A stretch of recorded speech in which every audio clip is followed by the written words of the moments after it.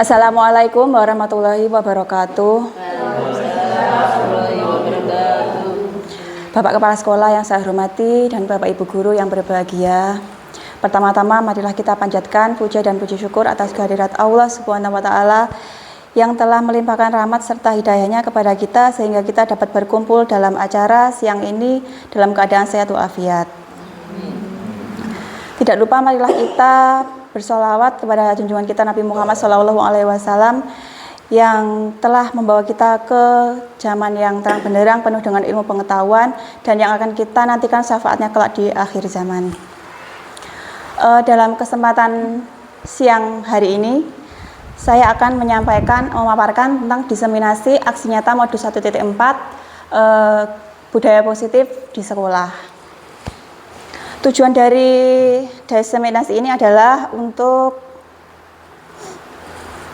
menyebarkan pemahaman dan pengalaman penerapan budaya positif di sekolah kita di SD Negeri 1 Sanggerahan.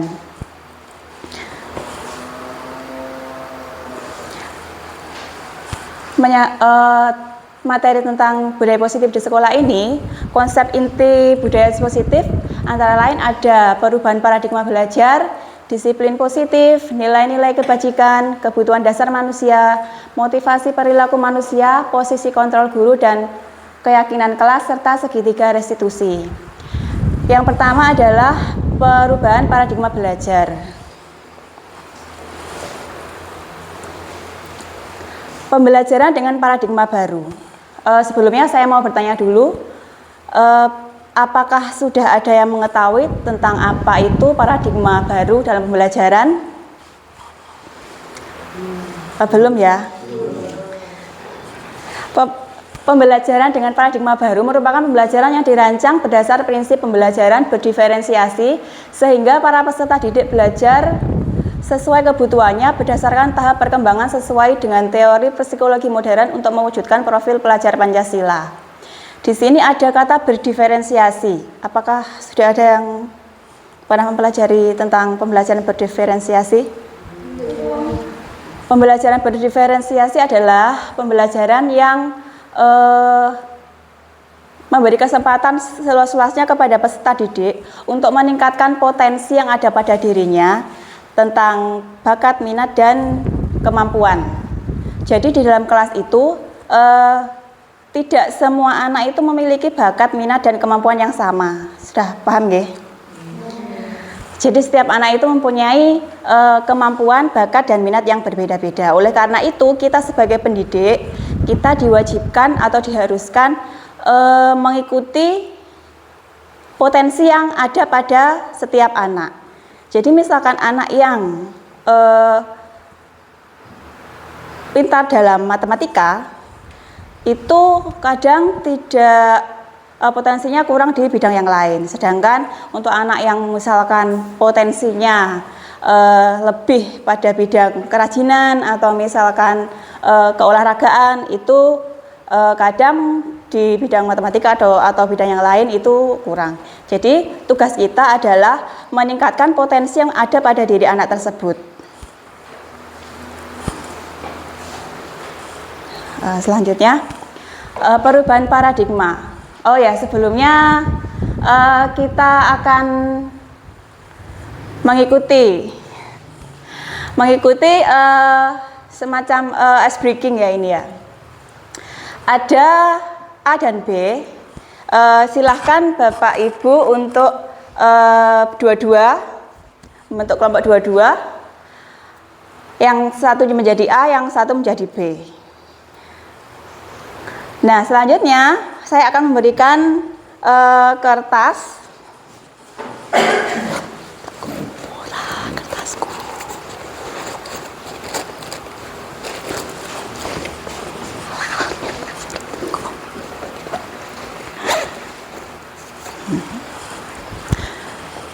Silahkan salah satu dari satu grup itu untuk menuliskan sesuatu yang sangat berharga atau benda yang sangat berharga yang Bapak Ibu miliki dalam hidup ini. Bisa berupa seseorang atau berupa benda atau sesuatu yang sangat berharga sekali. Oh, satu kelompok sama ini. Ketemu sama ini.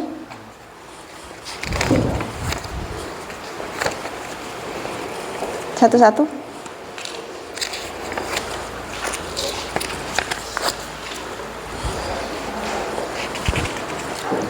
Untuk yang kelompok yang kurang bisa dengan saya.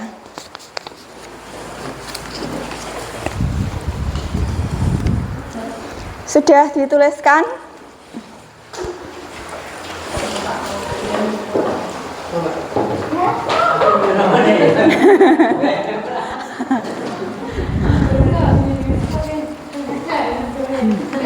Yang sangat berharga yang Bapak Ibu miliki di dalam hidup ini. Benda boleh, seseorang boleh, pokoknya yang sangat berharga.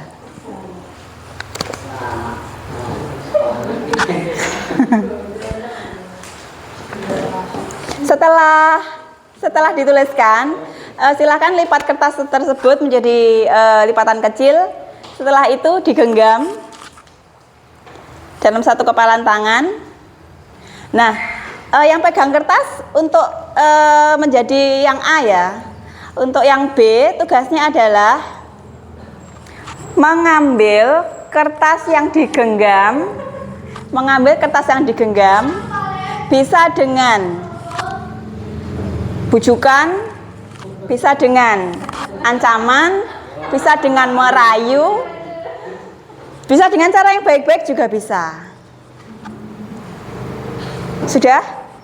Ya, silahkan diambil.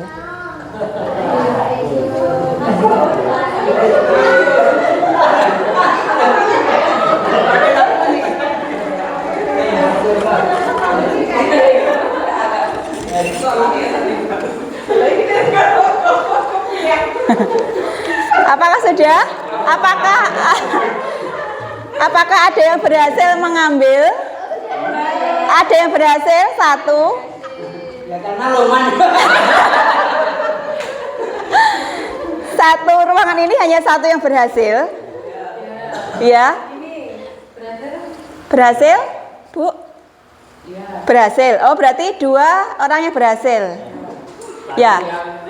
Yang mau saya tanyakan kepada yang berhasil, tadi cara memakai cara seperti apa sehingga berhasil mengambil kertas yang sangat berharga, yang ada tulisan sangat berharga tersebut? Iya, dengan cara yang baik-baik. Oh, dengan cara yang baik-baik. Bagaimana dengan Ibu? Sama.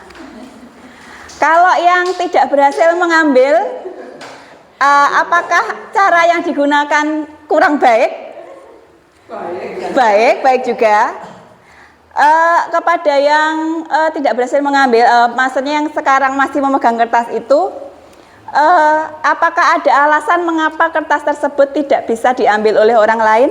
Karena sangat berharga. Karena sangat berharga. Kalau di sini jawabannya karena sangat berharga, sedangkan di sini bisa mengambil, apakah di sini kurang berharga? Ya berharga. Tapi kan Dibandingkan dengan apa benda apa yang istilahnya ditaruh. Iya. Jadi di sini ini mengibaratkan kita sebagai guru, kita itu sebenarnya tidak punya tidak punya kontrol untuk mengontrol murid kita. Seperti yang tadi tidak berhasil diambil, sebenarnya kalau Bu Ani mau memberikan itu bisa saja. Tetapi karena Bu Ani mempunyai keyakinan bahwa ini adalah benda sangat berharga dan tidak boleh orang lain memilikinya. Sedangkan yang tidak berhasil mengambil mungkin caranya memang sudah dilakukan, tetapi tetap tidak bisa mengambil. Nah, sedangkan untuk yang berhasil mengambil itu sebenarnya juga bukan karena beliau berhasil mengambil, bukan. Karena yang punya kertas ini, yang punya barang berharga ini, dia mau memberikan. Jadi intinya yang mengontrol diri seseorang itu adalah seseorang itu sendiri, bukan orang lain. Jadi mau dibilang berhasil mengambil atau mau dibilang tidak berhasil mengambil, itu sebenarnya terletak kepada yang mempunyai barang berharga ini. Seperti juga kalau kita mengajar di kelas itu, misalkan ada murid yang mau mendengarkan guru, yang ada juga yang tidak mau mendengarkan guru, itu sebenarnya adalah kontrol dari murid itu sendiri. Jadi murid itu mau mendengarkan gurunya bukan karena bukan karena gurunya yang memiliki kontrol, tapi karena murid tersebut yang memiliki kontrol atas dirinya sendiri. Nah, miskonsepsi tentang teori kontrol selama ini yaitu ilusi guru mengontrol murid. Seperti yang saya katakan tadi, jadi di sini guru tidak punya kontrol untuk mengontrol murid, karena murid itu punya kontrolnya sendiri. Ilusi bahwa semua penguatan positif, efektif, dan bermanfaat itu juga tidak benar, itu hanya ilusi. Ilusi bahwa kritik dan membuat rasa bersalah mampu menguatkan karakter. Jadi kalau misalkan kita memberikan kritik kepada murid yang misalkan bermasalah, itu juga bukan akan menguatkan karakter murid tersebut. Tapi murid itu sendiri yang berhasil untuk merubah dirinya sendiri, yang punya kontrol untuk dirinya sendiri untuk merubah perilakunya. Dan ilusi bahwa orang dewasa berhak memaksa. Nah, ini yang sangat bertentangan ya. Karena orang dewasa itu tidak berhak memaksa siapapun, termasuk kepada anak-anak atau murid kita. Selanjutnya, mengubah paradigma stimulus respon ke pendekatan teori kontrol. Selama ini yang kita ketahui adalah tentang teori stimulus respon. Contohnya kita mencoba mengubah orang agar berpandangan sama dengan kita. Nah, dengan paradigma yang baru kita lebih diharuskan atau diwajibkan untuk memilih sesuai dengan teori kontrol. Kita berusaha memahami pandangan orang lain tentang dunia. Yang kedua, perilaku buruk dipandang sebagai kesalahan. Sedangkan teori kontrol, semua perilaku memiliki tujuan. Contohnya saat ada anak di kelas yang sering membuat masalah, yang kita berikan tanda kutip sering membuat masalah, ternyata setelah ditelusuri, anak tersebut membuat masalah bukan karena dia memang troublemaker atau pembuat masalah, bukan. Tetapi bisa jadi karena di rumah itu dia kurang perhatian dan dia membutuhkan atau mencari perhatian di tempat lain. Contohnya perhatian di sekolah. Jadi dia membuat masalah di sekolah itu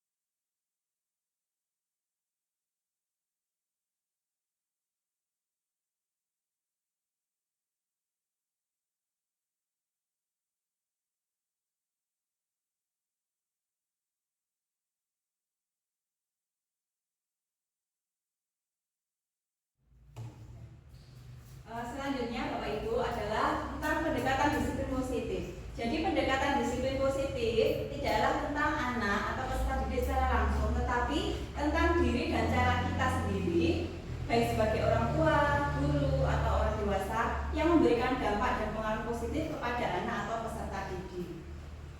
Itu yang kita pelajari. Nah, pendekatan disiplin positif merupakan kemampuan individual pendidik untuk membina atau mendidik peserta didik secara individual ataupun secara kelompok. Pendekatan individual atau kelompok perlu mendapatkan dukungan kebijakan sekolah dan peran serta pemangku kepentingan sekolah. Jadi nanti ini kaitannya dengan apa yang akan kita lakukan di sekolah atau di kelas. Nanti akan ada penjelasannya. Kita menuju ke nilai-nilai kebajikan universal. Nilai-nilai kebajikan adalah sifat-sifat positif manusia yang merupakan tujuan mulia yang ingin dicapai setiap individu. Nilai yang disepakati bersama yaitu lintas bahasa, suku, bangsa, agama maupun latar belakang. Contohnya terdapat pada profil pelajar Pancasila dari membuat beriman dan bertakwa kepada Tuhan Yang Maha Esa dan berakal mulia, berkebinekaan global, gotong royong, mandiri, kreatif, dan bernilai kritis. Jadi nilai-nilai kebajikan ini tadi adalah sifat positif manusia untuk tujuan mulia yang ingin dicapai. Contohnya misalkan saja sifat-sifat positif kita jujur, disiplin, terbuka, dan yang semuanya itu bertujuan untuk mencapai tujuan mulia dalam hidup. Nah, materi selanjutnya adalah kebutuhan dasar manusia.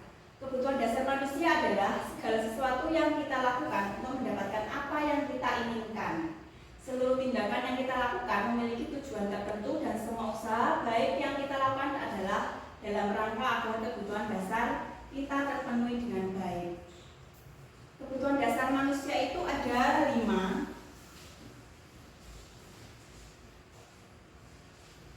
Yang pertama adalah kebutuhan bertahan hidup, contohnya makan, pakaian, tempat tinggal, keamanan, dan kesehatan. Kebutuhan akan kasih sayang, contohnya rasa diterima, berbagi, dipedulikan, kerjasama, menjadi bagian dari kelompok. Kebutuhan penguasaan, contohnya harga diri, memimpin, berprestasi, dan diakui.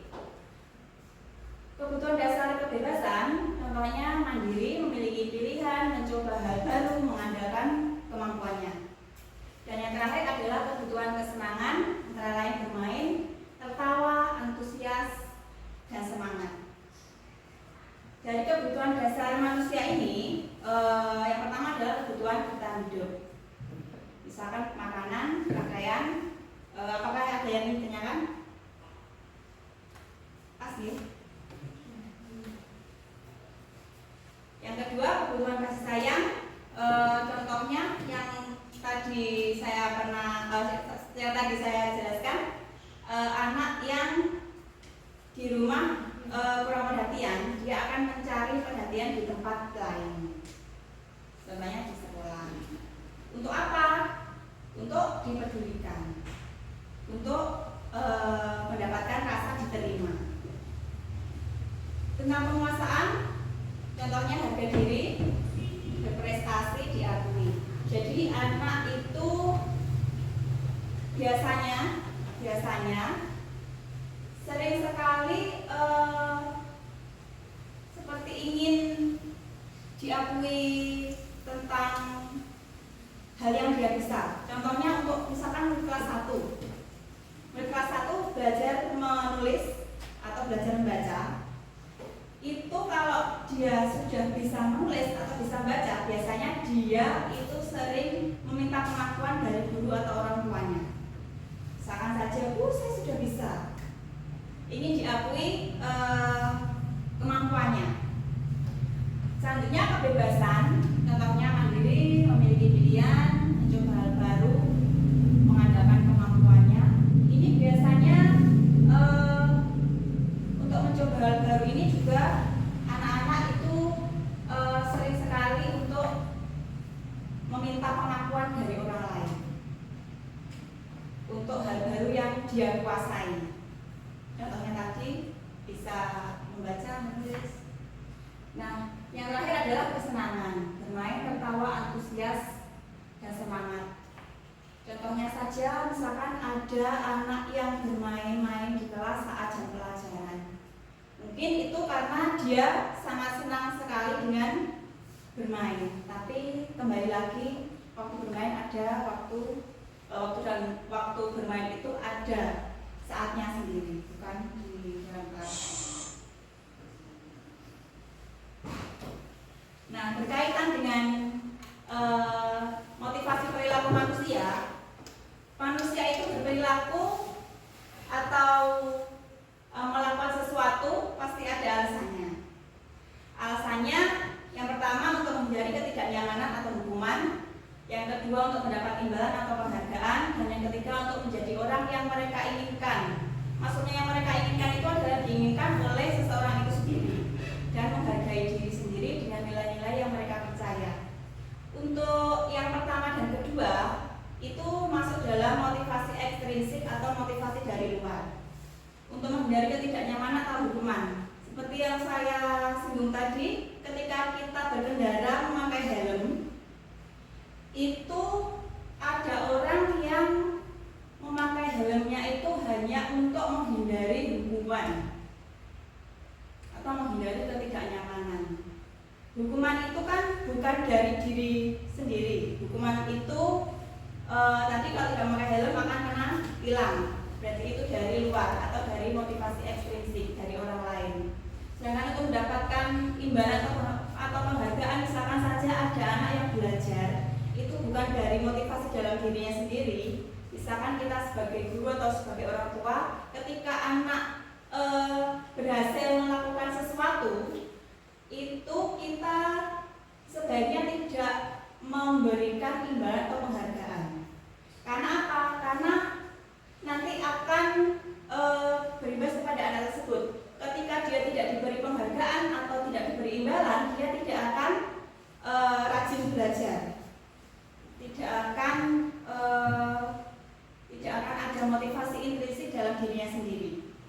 Nah, yang ketiga untuk menjadi orang yang mereka inginkan, inilah yang harus kita tanamkan pada diri anak untuk memiliki motivasi intrinsik di dalam dirinya sendiri untuk melakukan sesuatu.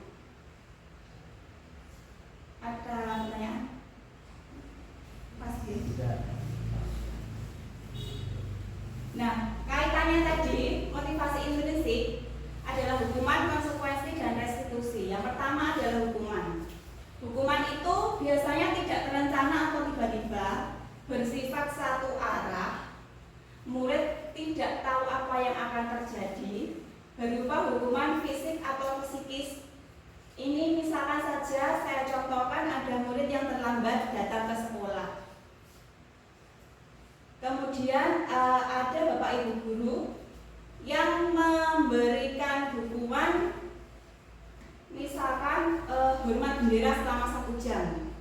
Jadi hukuman ini tidak terencana atau tiba-tiba, bersifat satu arah. Dari mana? Dari bapak atau ibu guru. Murid tidak tahu apa yang akan terjadi karena dia tidak akan menyangka akan disuruh hormat selama 1 jam di bawah bendera. Dan berupa hukuman fisik atau psikis. Hormat bendera termasuk hukuman fisik. Sedangkan konsekuensi terencana atau disepakati. Jadi konsekuensi ini biasanya sudah ada sebelum sesuatu itu terjadi. Misalkan saja peraturan. Kalau misalkan kamu terlambat datang ke sekolah, berarti nanti kamu menyapu halaman, seperti itu. Jadi anak sudah tahu konsekuensi apa yang akan dia dapatkan ketika dia melanggar suatu aturan. Bersumber dari 2 arah. Tadi yang berkaitan dengan poin pertama, terencana atau disepakati. Jadi 2 arah itu dari bapak ibu guru dan murid yang sudah disepakati. Murid tahu konsekuensi dari kesepakatan yang telah dilanggar karena sudah ada aturan yang berlaku di situ.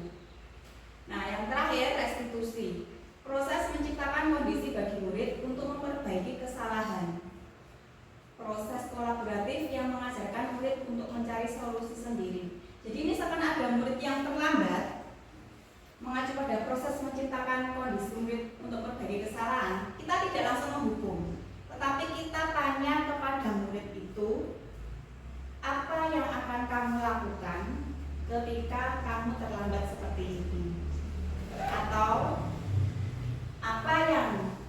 akan kamu perbaiki dalam perilakumu hari ini.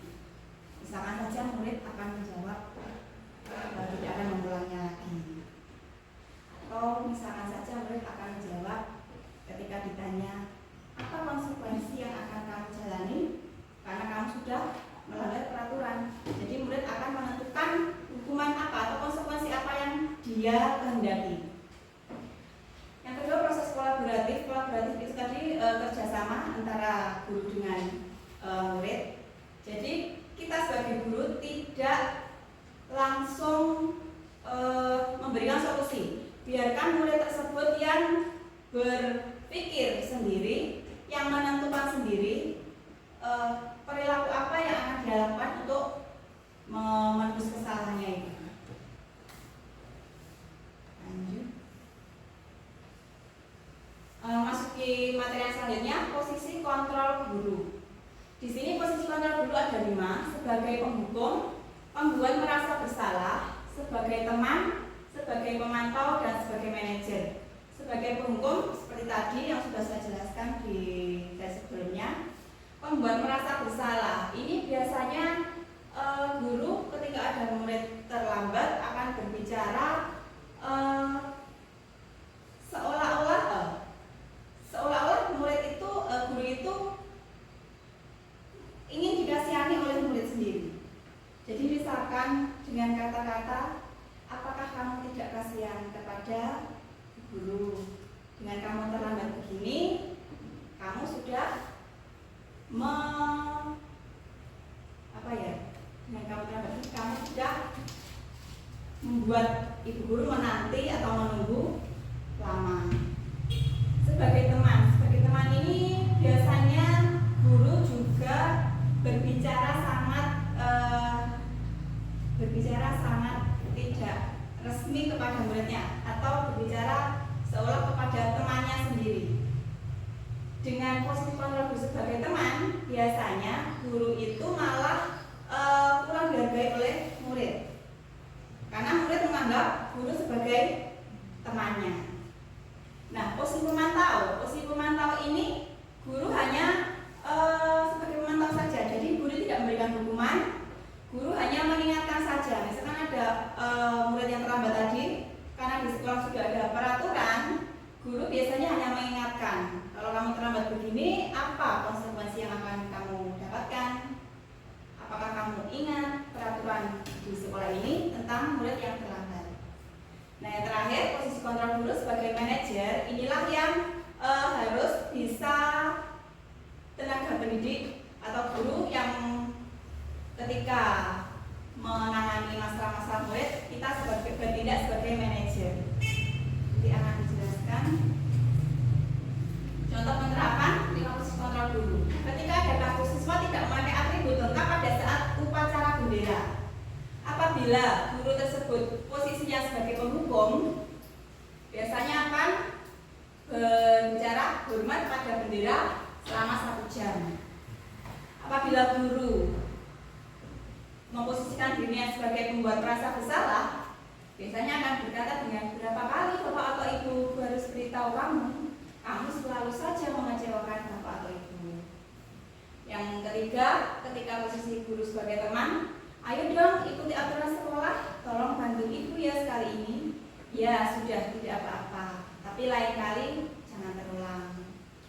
Sedangkan pada posisi pemantau, kamu sudah melanggar peraturan sekolah. Kamu tahu konsekuensinya. Setelah upacara, kamu beri atributnya di koperasi, jangan diulang lagi. Jadi ini hanya pemantau itu hanya bertanya saja. Nah, posisi sebagai manajer, apakah kamu tahu kesalahanmu? Jadi guru itu bertanya kepada anak, apakah anak itu sudah menyadari kesalahannya? Dan guru juga mempersilahkan anak tersebut untuk mencari solusi sendiri dari permasalahannya. Kira-kira bagaimana kamu memperbaiki kesalahanmu? Itu adalah sebagai manajer. Nah, dari 5 posisi kontrol guru yang sudah dipaparkan, kalau Fungsi kontrol sebagai apa? Membuat rasa bersalah. Membuat rasa bersalah. Oh iya, betul sekali. Yang kedua, kamu tidak pernah benar melakukannya. Kamu tidak pernah benar melakukannya. Sebagai pemantau, ada jawaban yang lain? Pemantau? Tadi pemantau itu kan hanya mengingatkan ya. Kalau ini kamu tidak pernah benar melakukannya. Berarti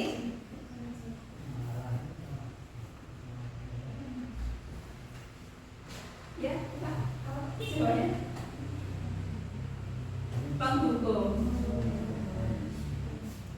Lanjut, apa rencanamu untuk menyelesaikan masalah ini? Manajer. Ya, terus sekali. Ayo lakukan demi bapak atau ibu ya. Teman? Iya, betul sekali. Satu lagi, kamu tidak akan mendapat nilai jika tidak mengerjakan tugas. Ya? Pemantau. Ya. Berarti alhamdulillah Bapak Ibu guru sudah memahami materi yang saya paparkan. Saya akan melanjutkan ke materi selanjutnya. Di sini ada keyakinan kelas. Apakah sudah ada yang menerapkan keyakinan kelas? Belum ya? Mengapa keyakinan kelas? Mengapa bukan peraturan kelas?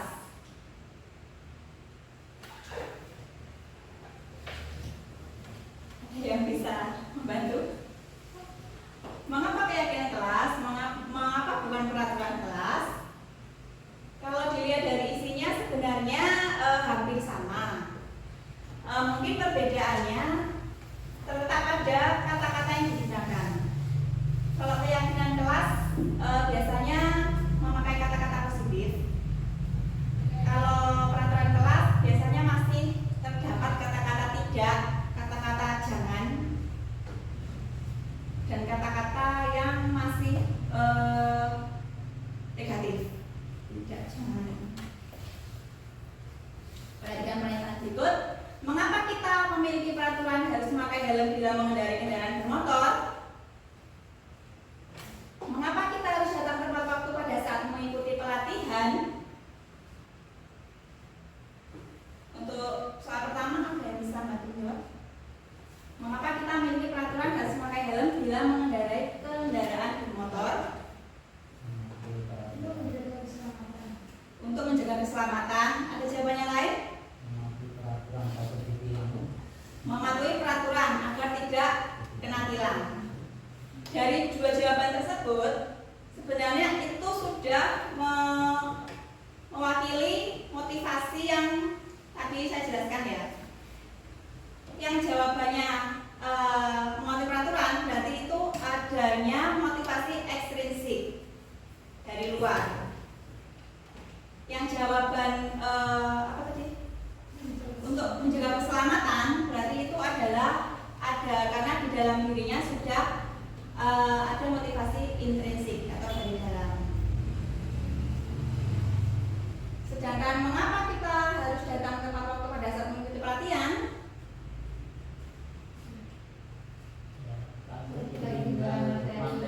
Agar tidak tertinggal materi. Berarti itu sudah menuju ke motivasi intrinsik. Nah, dari kedua pertanyaan tersebut itu sudah mengandung keyakinan dari jawabannya itu sudah mengandung keyakinan kelas dan tadi juga ada peraturan kelas. Yang keyakinan tadi ada nilai kebajikan keselamatan dan yang sebelah sini tadi ada nilai kedisiplinan ya, kedisiplinan. Nah, sedangkan yang tadi masih peraturan itu agar tidak kena tilang. Dari kedua jawaban ini, untuk mendukung motivasi intrinsik, kembali ke nilai-nilai atau keyakinan-keyakinan tapi menggerakkan seseorang dibanding mengikuti serangkaian peraturan-peraturan. Jadi kalau kita sudah mempunyai motivasi intrinsik dalam diri kita tidak perlu melihat peraturan-peraturan yang ada di luar karena kita sudah tergerak untuk melakukan yang terbaik sesuai dengan nilai-nilai dan keyakinan-keyakinan.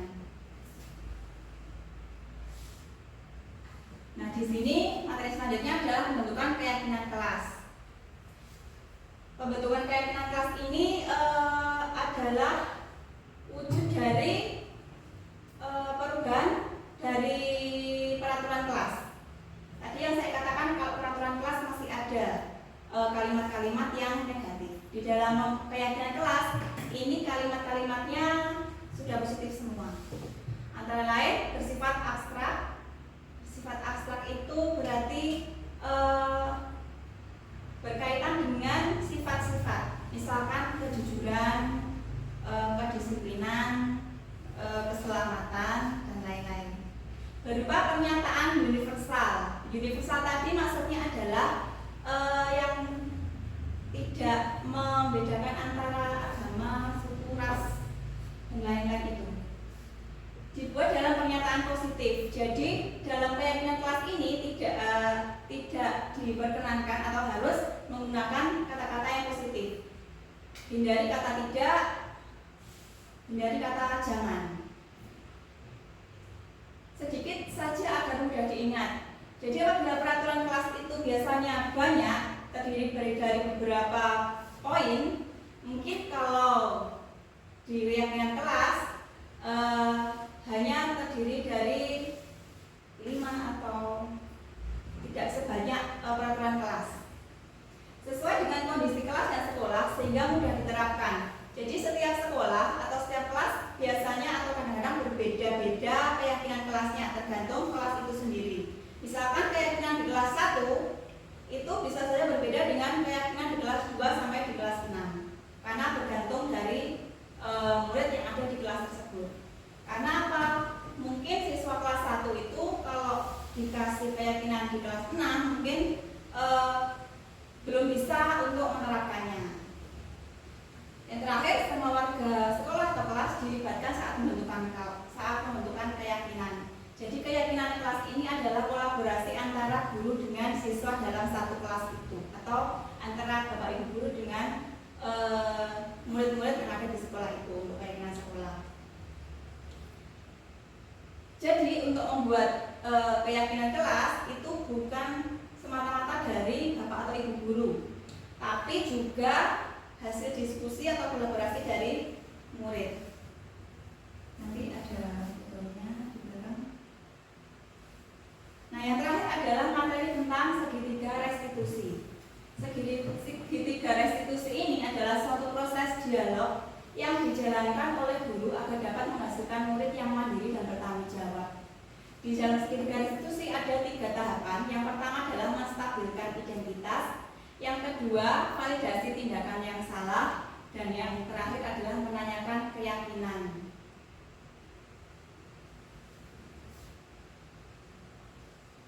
Yang pertama, menstabilkan identitas. Menstabilkan identitas ini berdasarkan prinsip yaitu membuat kesalahan adalah bagian dari proses pembelajaran. Jadi kalau misalkan murid kita melakukan kesalahan, itu memang merupakan bagian proses dari pembelajaran. Karena kesuksesan itu, kegagalan itu adalah awal dari kesuksesan. Seperti itu. Yang pertama adalah biasanya guru-guru menggunakan kata-kata berbuat salah itu adalah hal yang wajar. Tidak ada manusia yang sempurna. Ibu atau bapak juga pernah melakukan hal itu. Bapak atau ibu tidak akan mencari siapa yang salah, tapi bapak atau ibu ingin mencari solusi dari permasalahan ini. Dan yang terakhir, kamu berhak merasa begitu. Jadi intinya menstabilkan identitas itu adalah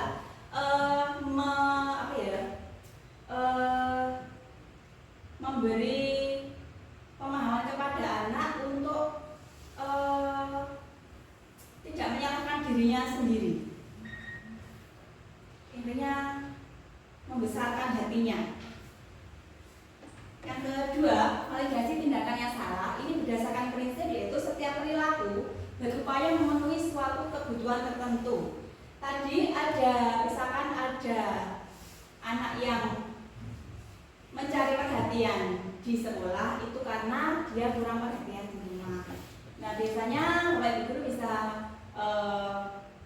memberi pengertian kepada anak, kamu pasti punya alasan mengapa melakukan hal itu. Padahal kamu bisa loh melakukan yang lebih buruk dari ini, tapi tidak kamu lakukan. Kamu patut bangga karena telah melindungi sesuatu yang penting buatmu. Kamu melakukannya karena mempertahankan sesuatu yang penting bagimu. Ini juga sama seperti yang hampir sama dengan yang stabilkan identitas. Tapi anak sudah mengetahui kalau yang dilakukannya itu adalah perbuatan yang salah. Yang terakhir menanyakan keyakinan, yaitu berdasar prinsip teori kontrol bahwa pada dasarnya kita termotivasi secara intrinsik. Jadi ketika anak melakukan kesalahan, kita sebaiknya bertanya, apa keyakinan kelas kita? Kalau misalkan keyakinan kita kelas kita adalah kejujuran, dan ketika itu anak mencontek pada saat ulangan, berarti nanti anak akan melihat keyakinan kelasnya lagi. Oh, berarti saya melanggar keyakinan kelas yang ini tentang kejujuran. Jadi anak sudah memahaminya. Nilai-nilai apa yang telah disepakati bersama? Seperti apa gambaran kelas yang ideal menurut kamu? Kamu ingin menjadi orang seperti apa? Nah, dari keyakinan kelas yang sudah dipaparkan, saya minta bantuan untuk menentukan keyakinan dari peraturan berikut. Selalu kembalikan buku ke tempatnya. Kira-kira keyakinan kelas tentang apa?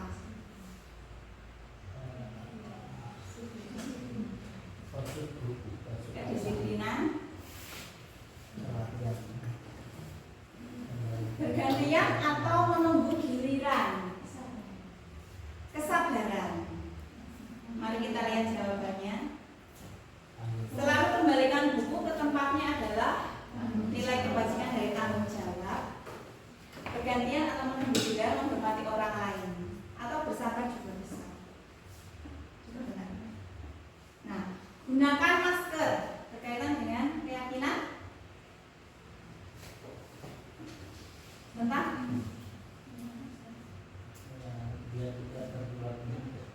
kesehatan, kesehatan.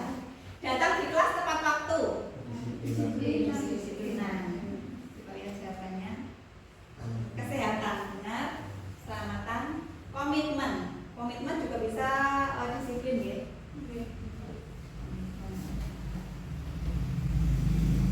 Nah, ini adalah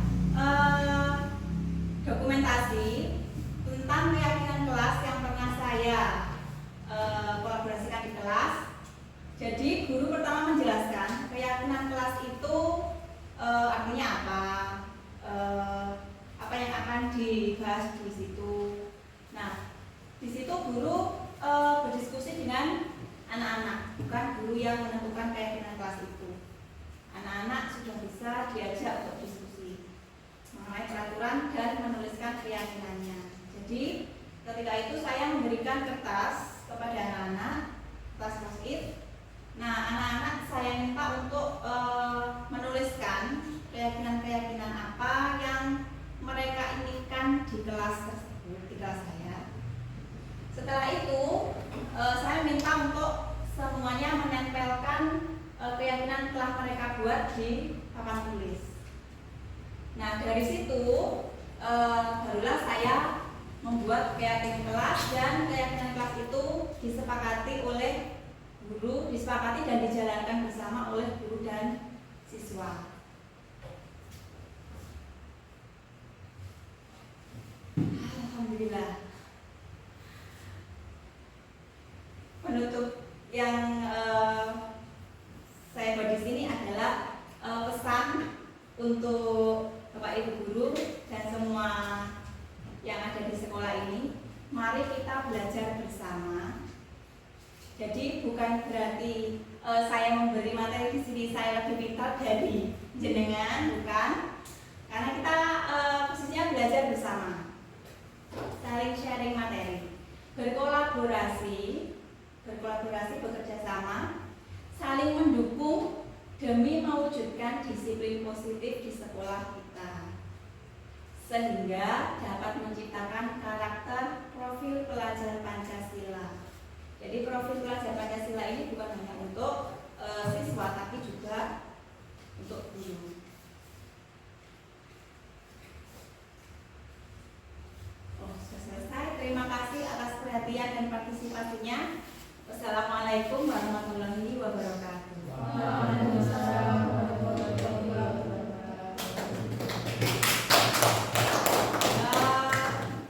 Di akhir sesi ini akan saya buka sesi tanya jawab. Apabila ada yang belum dimengerti, silahkan ditanyakan.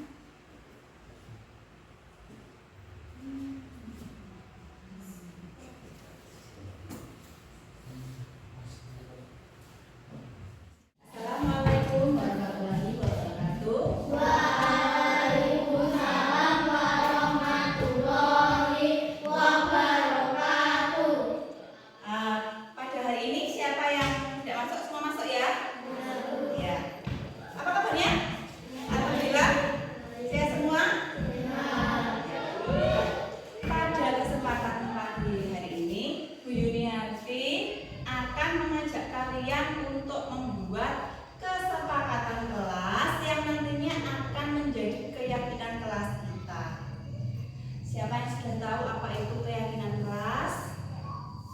Belum ada yang tahu. Keyakinan kelas itu sebenarnya hampir-hampir sama dengan peraturan kelas. Contohnya misalkan tidak terlambat datang ke sekolah. Contohnya lagi tidak mencontek saat ulangan. Nah, kalau keyakinan kelas itu kalau peraturan kelas ya pakai kata tidak atau jangan buang sampah sembarangan. Nah, kalau keyakinan kelas ini kita menggunakan kalimat positif. Positif itu gimana tuh Bu? Positif itu yang tidak memakai kata tidak tadi. Jadi tidaknya itu dihilangkan, jangannya itu dihilangkan. Misalkan tadi tidak boleh terlambat datang ke sekolah, berarti diubah menjadi gimana? Biar tidaknya tidak ada, bisa menggunakan datang ke sekolah tepat waktu. Contohnya lagi tidak boleh mencontek saat ulangan, berarti nanti dibuat kalimat positifnya menjadi bersikap jujur saat ulangan. Terus kalau tadi jangan membuang sampah di sembarang tempat, nah berarti berperilaku apa? Apa coba sini tadi?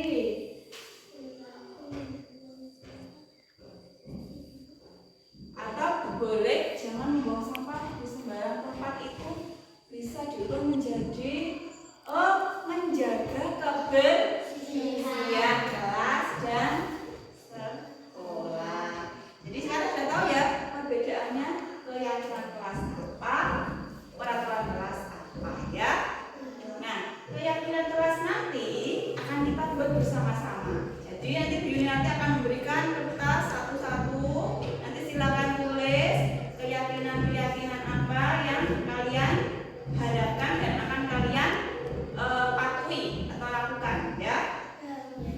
Tadi sudah paham ya, tidak menggunakan kalimat negatif, kalimatnya positif. Nah, keyakinan kelas nanti akan kita sepakati bersama. Jadi misalkan nanti itu membuat keyakinan apa, berarti nanti disepakati kelas setuju atau tidak ya.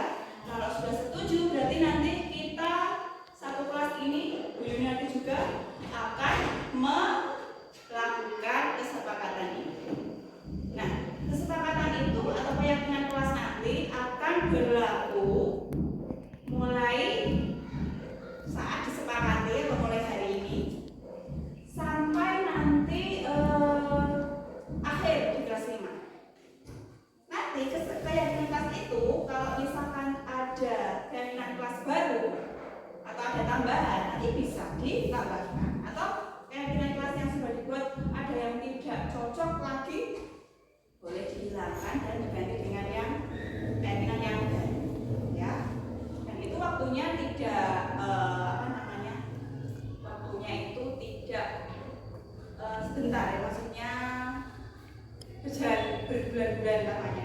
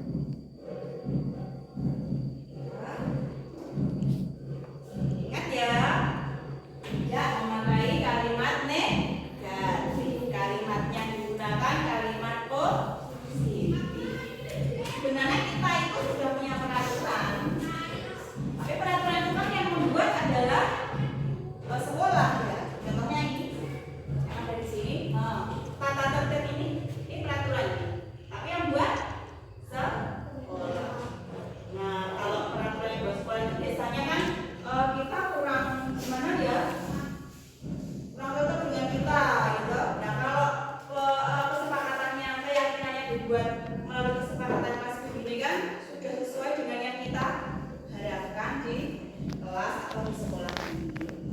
Ada yang sudah selesai, boleh ditempelkan di sini. Boleh ditempelkan.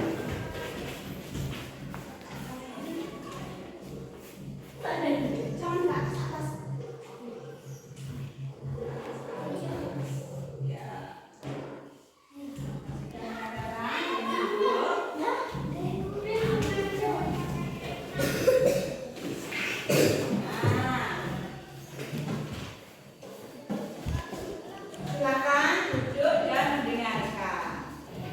Setiap satu siswa ini punya satu harapan, ya toh? Yang pertama, datang ke sekolah tepat waktu. Ini adalah perbedaan dari peraturan kelas tadi ya, menjadi piagam kelas. Datang ke sekolah tepat waktu. Jadi sudah tidak ada kata tidak boleh terlambat ya. Gimana, setuju semuanya datang ke sekolah tepat waktu? Setuju ya? Oke. Yang kedua, berdoa sebelum dan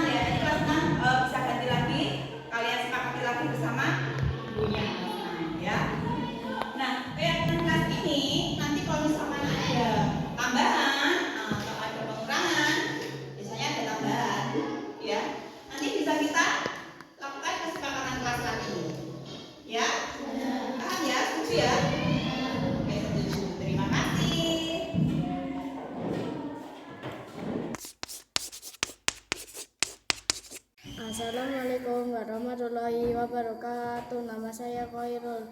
Saya kelas 5. Assalamualaikum warahmatullahi wabarakatuh. Nama saya Latif. Saya kelas 5. Assalamualaikum warahmatullahi wabarakatuh. Nama saya Dias. Saya kelas 5. Saya sangat bersemangat. Saya senang sekali. Saya sangat senang. Sangat penting karena dapat membuat kita disiplin. Sangat penting karena dapat membuat kita menghargai orang lain. Sangat penting karena dapat menunjukkan rasa tanggung jawab.